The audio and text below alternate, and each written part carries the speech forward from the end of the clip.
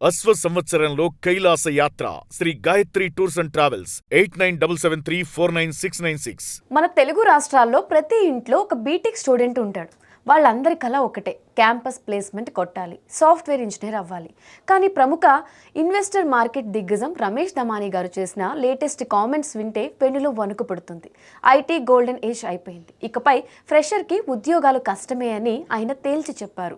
దీనికి కారణం మనం రోజు వాడుతున్న ఏఐ. నిజంగానే ఐటీ కంపెనీలు హైరింగ్ ఆపేశాయా? రమేష్ దమానీ గారు చెప్పింది ఎంతవరకు నిజం? ఇప్పుడు బీటెక్ చదువుతున్న వాళ్ళ పరిస్థితి ఏంటి? ఈ విషయాలన్నీ ఈ వీడియోలో డీకోడ్ చేద్దాం. రమేష్ దమానీ అసలు ఏమన్నారు, ఆయన ఏం చెప్పారో చూద్దాం.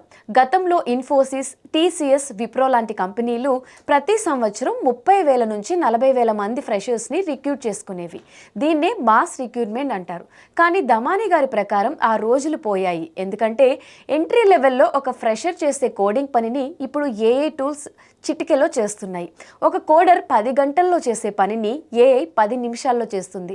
అలాంటప్పుడు కంపెనీలు వేల మందిని ఎందుకు తీసుకుంటారు? సాఫ్ట్వేర్ సర్వీసెస్ కంపెనీలకు డిమాండ్ ఎందుకు తగ్గుతుంది? కోడింగ్ చేయడం కంటే కొత్త స్కిల్స్ నేర్చుకోవడం ముఖ్యమని ఆయన హెచ్చరిస్తున్నారు. ఇది నిజమే. ఆయన చెప్పింది నిజమా కాదా అని మనం డేటాతో కూడా చెక్ చేద్దాం. హైరింగ్ నంబర్స్ నిజమే. గత 2 ఏళ్లుగా టాప్ ఐటీ కంపెనీల హైరింగ్ నెంబర్స్ దారుణంగా పడిపోయాయి. ఒకప్పుడు లక్షల్లో హైర్ చేసిన కంపెనీలు ఇప్పుడు వేలల్లోకి వచ్చేసాయి. కొన్ని కంపెనీలు అయితే క్యాంపస్ల వైపే చూడడం మానేశాయి. ఏ ఇంపాక్ట్? ఇది కూడా నిజమే.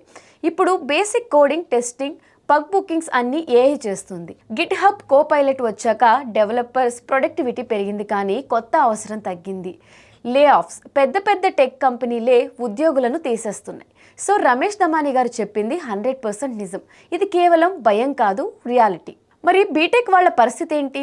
అయ్యో మా ఫ్యూచర్ ఏంటి అని కంగారు పడకండి. రమేష్ దమానీ గారు ఒక సొల్యూషన్ కూడా చెప్పారు.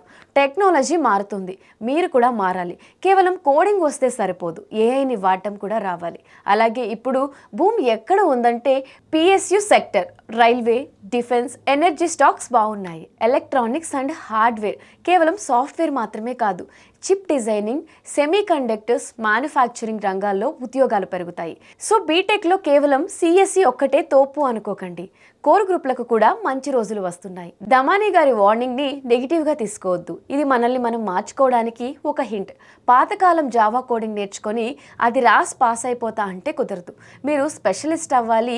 ఏఐ చేయలేని పనులు మీరు నేర్చుకోవాలి. తల్లిదండ్రులు కూడా గమనించాలి. పిల్లల్ని గొర్రెల్లా సాఫ్ట్వేర్ వైపే తోసేయకండి. మార్కెట్ మారింది. ఈ వీడియోని మీ బీటెక్ చదువుతున్న ఫ్రెండ్స్కి, స్టూడెంట్స్కి తప్పకుండా షేర్ చేయండి.